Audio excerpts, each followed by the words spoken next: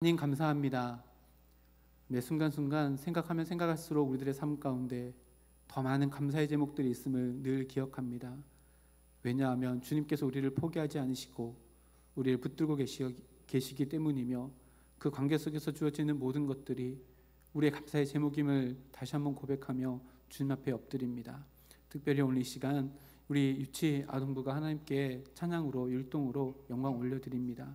하나님, 찬양했던 그 가사의 고백처럼 하나님의 말씀을 진짜 친구로 여기며 말씀과 가까이 하는 인생을 살아가며 말씀의 반석 위에 그들의 인생이 든든하게 세워져 세상의 그 어떤 풍파가 비바람이 친다 할지라도 무너지지 아니하는 인생의 집을 하나님 안에서 지어나가며 하나님의 뜻을 만들어 나갈 뿐만 아니라 그들의 삶도 하나님과 더불어 기뻐하고 즐거워하며 만족하는 인생 되어질 수 있도록 주님 함께하여 주시옵소서. 우리 아이들 말씀 붙잡고 자라날 때에 하나님 안에서 마음껏 꿈꾸게 하시고 그 꿈꾼 것들을 이 세상 가운데 하루하루 이루어낼 수 있는 걸음을 걸어갈 수 있도록 주님 늘 동행하여 주시고, 자라나면서 힘들고 어려운 질병 때문에 어려움 겪지 아니하도록 건강에 강건함 더하여 주시고, 부모님에게는 자랑거리가 되게 하시고, 학교에서는 또 세상 가운데 세우시는 그 어떠한 자리에서는 하나님의 소금과 빛의 역할들을 넉넉히 감당해내어 그들의 착한 행실을 통해 하나님이 영광 받으시는 인생 살아갈 수 있도록 주여 인도하여 주시옵소서.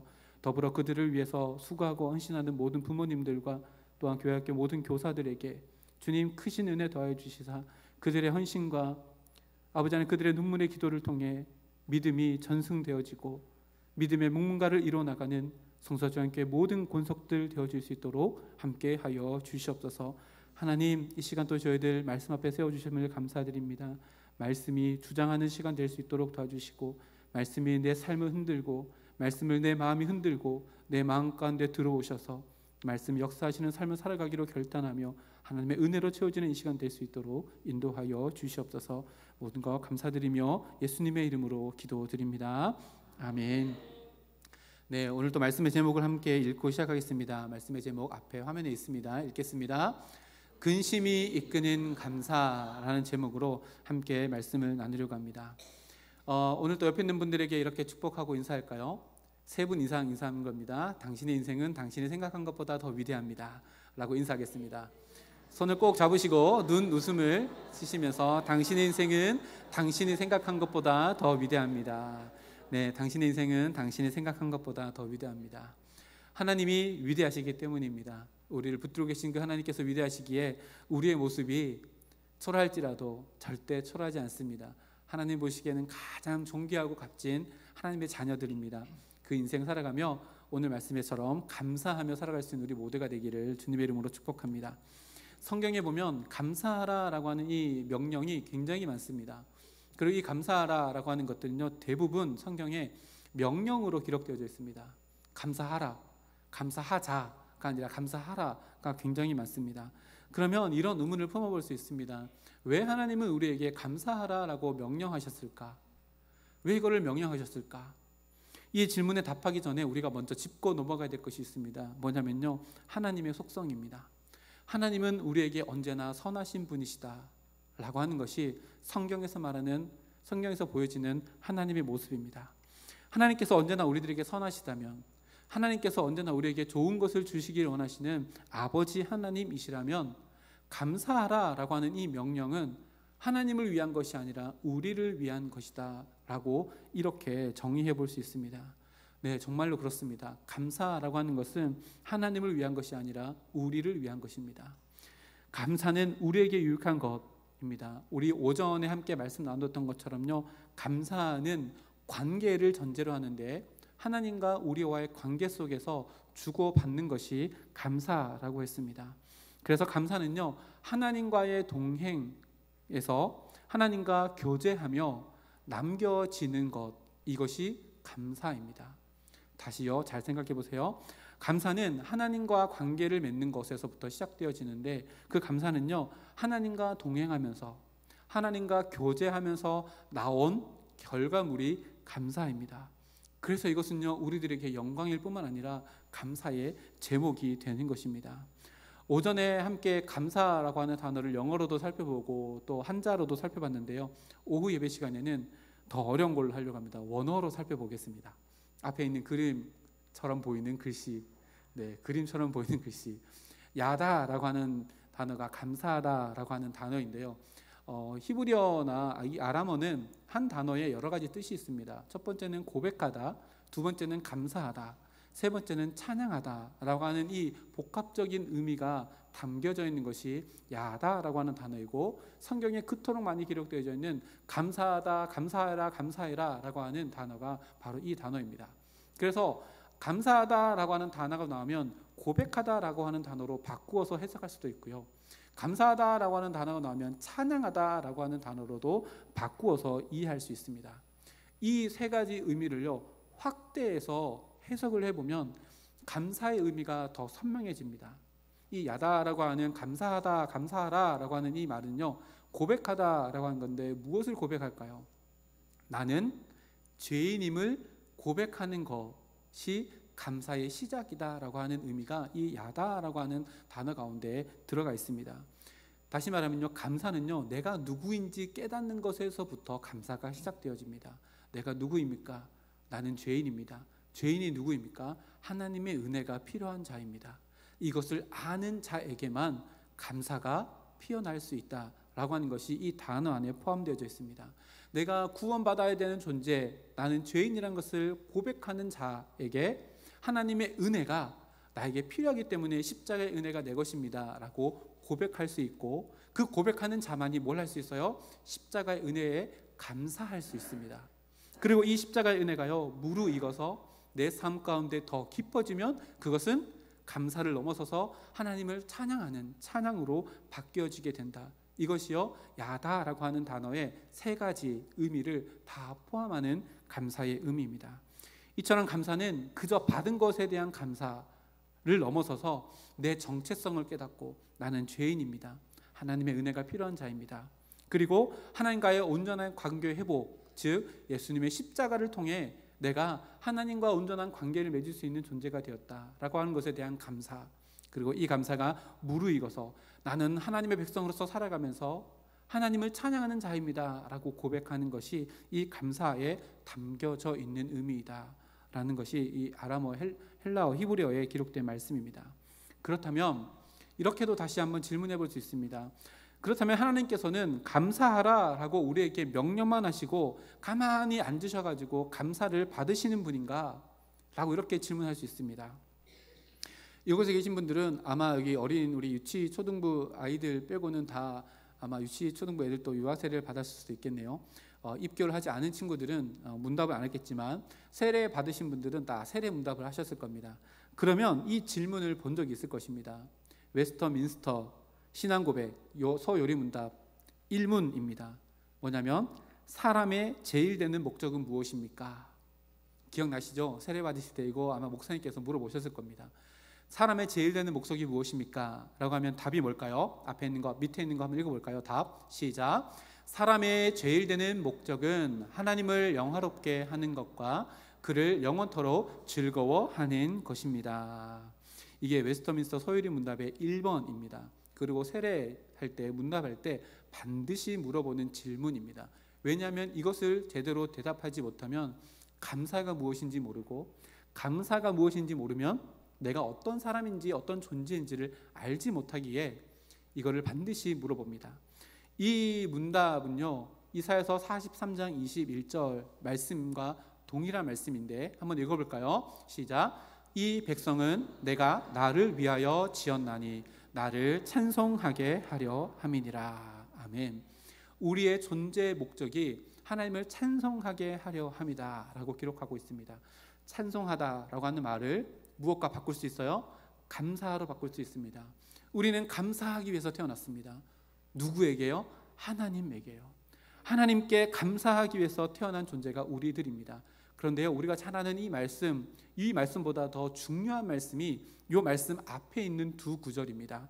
이사야서 43장 19절 20절 말씀인데요 한번 같이 읽어보겠습니다. 보라 내가 새 일을 행하리니 이제 나타낼 것이라 너희가 그것을 알지 못하겠느냐? 반드시 내가 길을 사막의 강을 내리니 장차 들짐승 곧 승냥이와 타조도 나를 존경할 것은 내가 광야의 물을 사막의 강들을 내어 내 백성 내가 택한 자에게 마시게 할 것임이라. 아멘. 무슨 말인가요? 요 말씀 뒤에 아까 그 말씀이 있거든요. 너희를 지은 목적이 나를 찬송하게 하려 합니다 라는 말씀이 있습니다. 무슨 말씀인가 하면요, 하나님께서 우리를 창조해 놓으시고요, 너 이렇게 살아 라고 해서 내버려 던져 놓으신 것이 아니라 우리를 찬양할 수 있도록 하나님의 위대하신 행하심을 먼저 내가 보여주겠다라고 약속하시는 말씀이 이 말씀입니다. 앞에 말씀을 눈으로 보면서요, 제가 이것을 다시 하나님 입장에서 풀어서 이렇게 설명해 봤습니다. 써봤습니다. 제가 읽어드릴게요. 앞에 말씀을 보면서 한번 눈으로 따라오시기 바랍니다. 19절 말씀에 보라 나의 사랑하는 자여 눈을 크게 뜨고 너의 삶을 잘 보거라. 내가 새 일을 행하리니 이제 나타날 것이라. 네가 나를 믿기 이전에는 보이지 않았던 일들이 너는 이제 보이게 될 거야. 그러니까 눈을 크게 뜨고 하루를 살아보렴. 광야길을, 세상이 만들어 놓은 길이 아니라 나에게로 오는 길이 너는 보여지게 될 거야. 사막의 강을 내리니 이 세상의 우물에서는 아무리 물을 마셔도 목마를 테지만 내가 만든 은혜의 강물을 한번 마셔봐. 너는 영혼의 해갈을 얻게 될 거야. 그 물을 마시고 네가 누구인지를 깨닫고 나에게 감사할 수 있도록, 나를 찬양할 수 있도록 나는 쉬지 않고 너에게 새 일을 행할 거야. 이 말이 19절 20절 말씀입니다. 그러니 우리가 하나님께 일상이 감사와 찬양으로 가득 채워져 있다는 것을 하나님께서 우리들에게 말씀해 주시는 것입니다. 그러니 감사는요, 하나님의 그 아름다운 손길, 위대한 손길에 대한 마땅한 반응일 뿐만 아니라 이사야서 43장 21절 말씀처럼 우리의 삶의 목적을 이루는 자리가 바로 감사의 자리입니다. 그래서 감사는요, 해도 그만 안 해도 그만이 아닙니다. 내가 감사하지 않는다는 것은 무엇을 의미해요? 내가 누군지 모르는 거예요. 하나님 앞에 내가 누군지 모르는 사람은 감사하지 않습니다. 내가 하나님 앞에 죄인임을 깨닫는 자만이 감사할 수 있기 때문에 그렇습니다. 내가 감사하지 않는다는 것은요, 삶의 목적을 모르고 살아가는 것을 의미합니다. 오늘 이사야서 말씀처럼요, 성도의 필수 과목이 바로 감사입니다. 성도라면 마땅히 입술 가운데, 삶 가운데 고백되어지는 것이 감사라는 말입니다.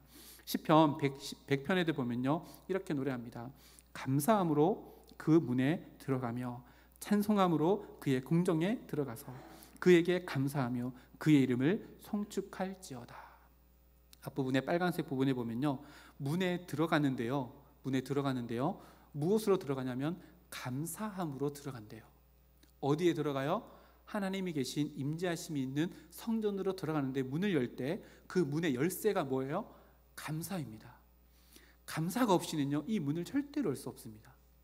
다시 말하면 감사가 첫 번째 의미가 뭐라 그랬어요? 내가 죄인임을 고백하는 거잖아요.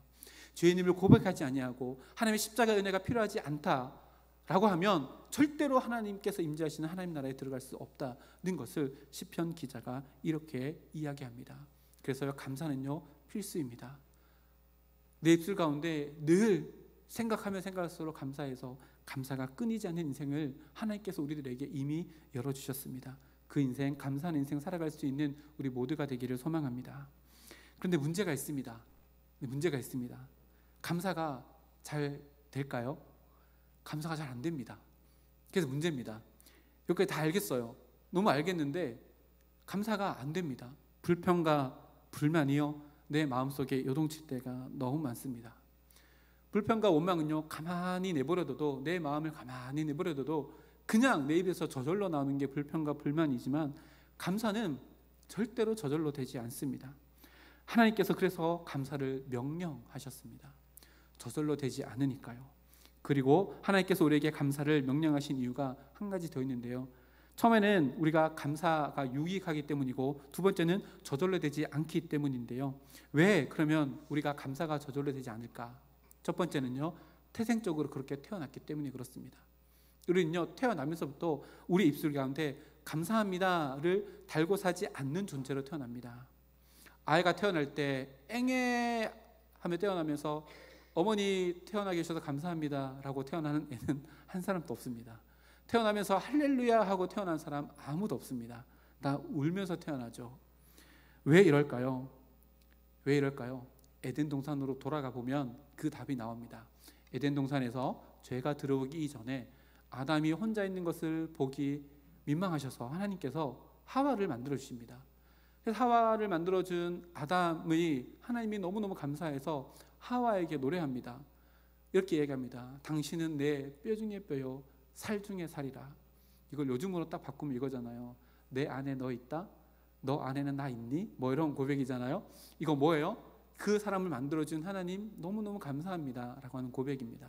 그런데요, 선악을 알게 하는 나무 열매를 따먹습니다. 따먹고 나서 자기가 벗은 것을 알고 하나님이 자기를 찾아올 때에 동산의 나무 뒤편에 숨어서 하나님과 자기 사이에 벽을 만들어서 서 있습니다.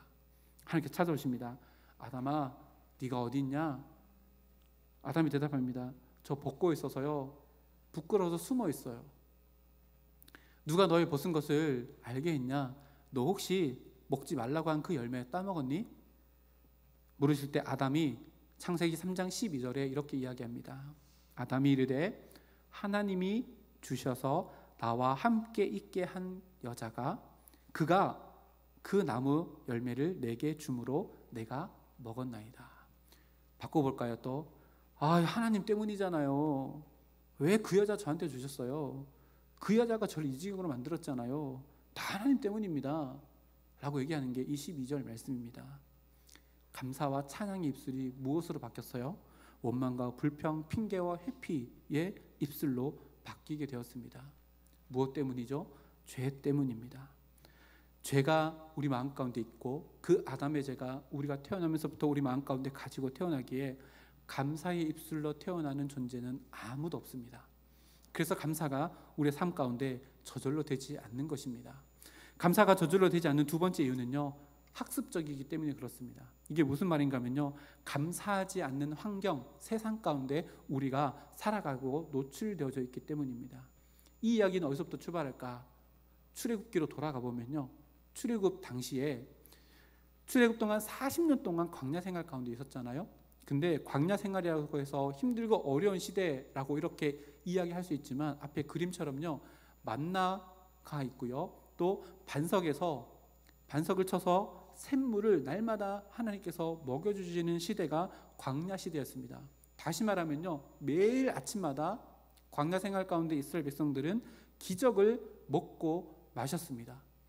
기적을 먹고 마시면서도 하나님께 감사한 것이 아니라 출애굽기, 민수기를 아무리 읽어봐도 하나님께 감사한 인생이 아니라 하나님께 원망하며 불평하며 오히려 가나안 땅, 하나님께서 약속하신 땅이 아니라 애굽 땅으로 돌아가기로 하나님을 등지려고 하는 이스라엘 백성들의 모습이 가득 차 있습니다. 왜 그럴까요? 아직도 하나님 앞에서 자기가 어떤 존재인지 모르고 자기를 인도하시는 하나님을 몰랐기 때문에 감사가 되지 않는 것입니다. 이 두 번째 감사가 되지 않는 여기에서요, 우리가 어떻게 하면 감사하는 인생을 살아갈 수 있을까에 대한 힌트가 있습니다. 왜냐하면요, 감사할 수 없는 첫 번째 이유, 태생적으로 선천적으로 우리가 안 된다는 것, 이것은요 우리의 힘으로 어떻게 할 수 없습니다. 죄의 문제는 그러나 예수님의 십자가의 보혈의 은혜로 말미암아 이미 하나님께서 그것은 해결해 놓으셨습니다. 우리의 몫은요 두 번째입니다. 학습적으로 감사하지 않은 이 세상 가운데 살아가며 잘못 학습되었던 것을 학습적 원망과 불평을 벗어나고 이제는 학습적으로 감사와 찬양을 삶으로 나아가는 삶이 우리들에게 필요합니다. 이렇게 얘기하면 목사님, 신앙이 학습인가요? 성령에 불받으면 되는 거지 그게 뭐 배워서 학습하는 건가요? 그럴 수도 있습니다. 성령에 불받아서요 하루아침에 완전히 바뀔 수도 있습니다. 사도 바울처럼. 그러나요, 더 많은 경우는요, 신앙은요 경건의 훈련입니다. 하나님이 요구하시는 방법이 바로 이 훈련입니다. 오늘 말씀 9절 말씀에도 보면요, 듣고 본 바를 행하라. 이게 뭐죠? 훈련입니다. 훈련을 통해 감사한 삶을 살아가야 한다라고 성경에 기록하고 있는 것입니다. 그렇다면 어떻게 감사와 찬양을 학습으로 배울 수 있을까요? 오늘 본문 말씀 8절에 보면요, 이렇게 기록합니다. 끝으로 형제들아, 무엇이든지 참되며 무엇이든지 경건하며 무엇이든지 옳으며 무엇이든지 정결하며 무엇이든지 사랑받을 만하며 무엇이든지 칭찬받을 만하며 무슨 덕이 있든지 무슨 기림이 있든지. 마지막 빨간색만 한번 읽어볼까요? 시작. 이것들을 생각하라. 마지막이 가장 중요한데요. 이것들을 생각하라. 이것이 학습적 감사와 찬양을 통해 우리들의 삶이 체질이 감사의 체질로 바뀌어져 나갈 수 있는 길입니다. 이것들을 생각하라. 이것을요, 원어 성경과 가장 흡사하게 번역한 성경을 보면 이렇게 기록되어 있습니다. 너희 마음에 머물게 하라. 이런 것들을 너희 마음에 머물게 하라. 우리 마음에 머물게 해야 될 게 뭘까요? 사도 바울은요, 성경책을 읽어보면 목록을 만드는 것의 대가입니다. 무슨 목록을 진짜 많이 만들었거든요. 그 목록 가운데 오늘 말씀에 우리 마음 가운데 담아 놓아야 될 덕목 8가지를 기록해 놓고 있습니다. 하나씩 살펴보면 이렇습니다. 참된 것, 경건한 것, 옳은 것, 정결한 것, 사랑받을 만한 것, 칭찬받을 만한 것. 덕, 여기서 덕은 은혜로운 행동입니다. 기림은요, 도덕적으로 칭찬받을 만한 것들. 이런 것들을 우리 마음 가운데 머물게 하고 생각할 때에, 이렇게 우리의 마음을 단련하고 훈련할 때에 우리 마음 가운데 9절 말씀에 평강의 하나님을 경험하게 되어지는데, 그때 우리 입술 통해서 고백되어지는 것이 감사입니다. 이것을요, 하나하나 다 살펴보면 8주간 설교를 해야 될지도 모르겠어요. 근데요, 이걸요 한 문장으로 바꿀 수 있습니다. 이겁니다. 한번 앞에 읽어볼까요? 영어는 빼고요, 위에 것만 읽어보겠습니다. 시작. 예수님이라면 어떻게 하셨을까? 이 질문만 우리의 마음 가운데 담고 살아간다면 우리는요, 학습적으로 우리의 삶 가운데 감사할 수 없는 순간에도 하나님께 감사할 수 있는 하나님과의 올바른 관계를 맺어갈 수 있다는 것입니다. 순간순간 예수님이 나와 함께 하시는구나 라고 생각하면, 예수님이라면 어떻게 하셨을까 라고 생각하면요, 우리의 선택이 달라질 수 있습니다.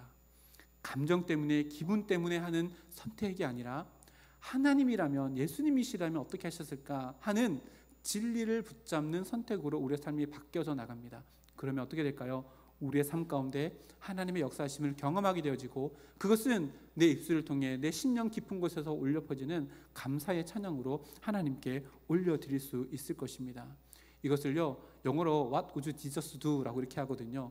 예수님이라면 어떻게 하셨을까?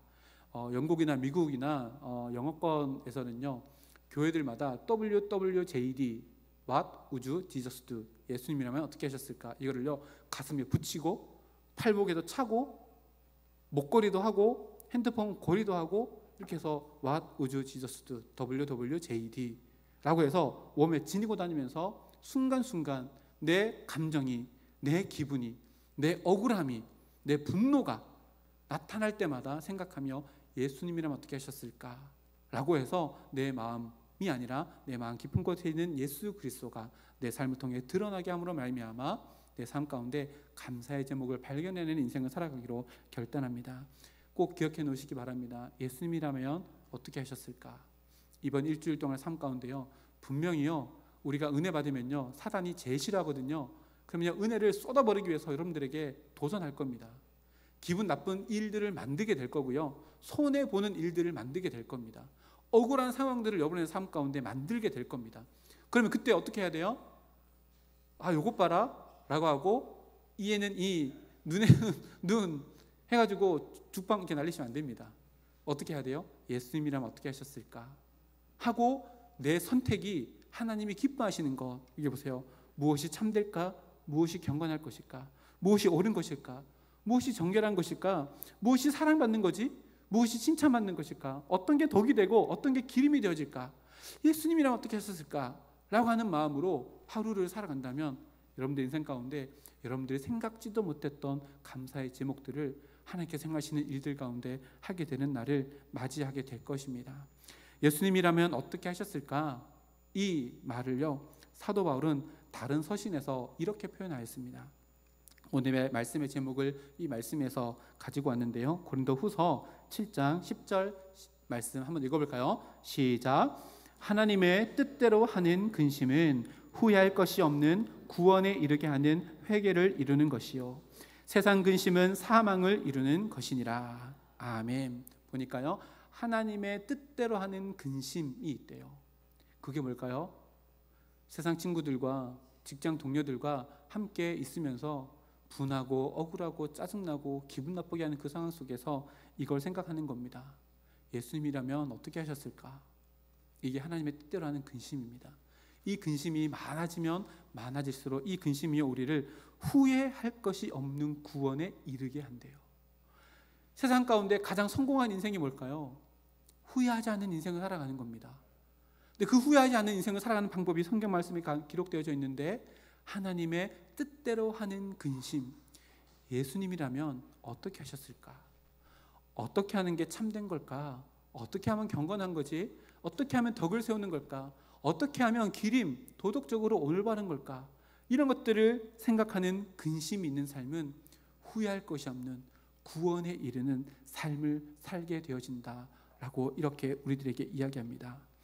그리고 보니까, 그리고요, 그 다음 구절에 11절 말씀 보니까요, 또 이렇게 이야기합니다. 11절 말씀, 고린도후서 7장 11절 말씀, 우리 PPT 한 장 넘겨주시면 제가 천천히 읽어드릴게요. 보라, 하나님의 뜻으로 하게 된 이 근심이 너희로 얼마나 간절하게 하며 얼마나 변증하게 하며 얼마나 분하게 하며 얼마나 두렵게 하며 얼마나 사모하게 하며 얼마나 열심 있게 하며 얼마나 벌하게 하였는가. 너희가 이 일에 대하여 일체 너희 자신의 깨끗함을 나타내었느니라. 이게 하나님의 뜻대로 한 근심을 풀어서 설명해 놓은 구절입니다. 집에 가셔서요, 하나하나 한번 살펴보세요. 이 모든 것들이 다 뭘까? 간절함, 변증함, 의분, 두려움. 여기서 말하는 두려움은요, 하나님의 심판대 앞에 섰을 때의 두려움입니다. 사모함, 열심, 벌함. 이 벌함은 하나님의 공의를 나타내는 모습입니다. 이 모두가 다 하나님께서 나의 삶 가운데 일하시는 하나님과 동행할 수 있는 방법들입니다. 예수님이라면 어떻게 하셨지? 라고 하는 것은요, 나도 예수님께서 걸어가신 길을 걸어가야지 라고 하는 것과 똑같습니다. 주님과 동행하는 방법입니다. 감사가 주님과 동행하며 교제하는 것에서부터 나온 산물이라면, 하나님의 뜻대로 하는 근심은요, 반드시 우리를 감사의 자리로 이끌어가며 우리의 삶을 더 깊은 하나님과의 교제 가운데로 인도하게 될 것입니다. 우리 이렇게 한번 따라해 볼까요? 예수님이라면 어떻게 하셨을까? 한 번 더요. 예수님이라면 어떻게 하셨을까? 네, 이거를요, 핸드폰 바탕화면에다 써놓으세요. 예수님이라면 어떻게 하셨을까?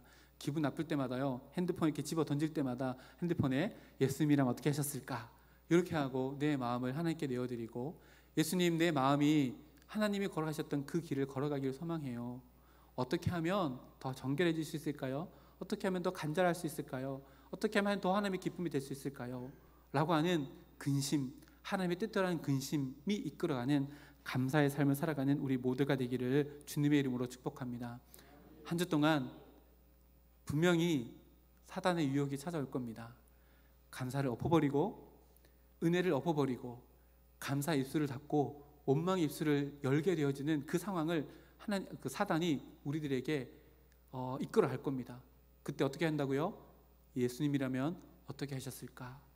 라고 하나님의 뜻대로 하는 근심을 통해 그 유혹을 뿌리치고 하나님께 감사와 영광을 올려드릴 줄 아는 우리 성수주 함께 모든 군속들 되기를 주님의 이름으로 축복합니다. 함께 기도하겠습니다. 살아계신 아버지 하나님, 감사합니다.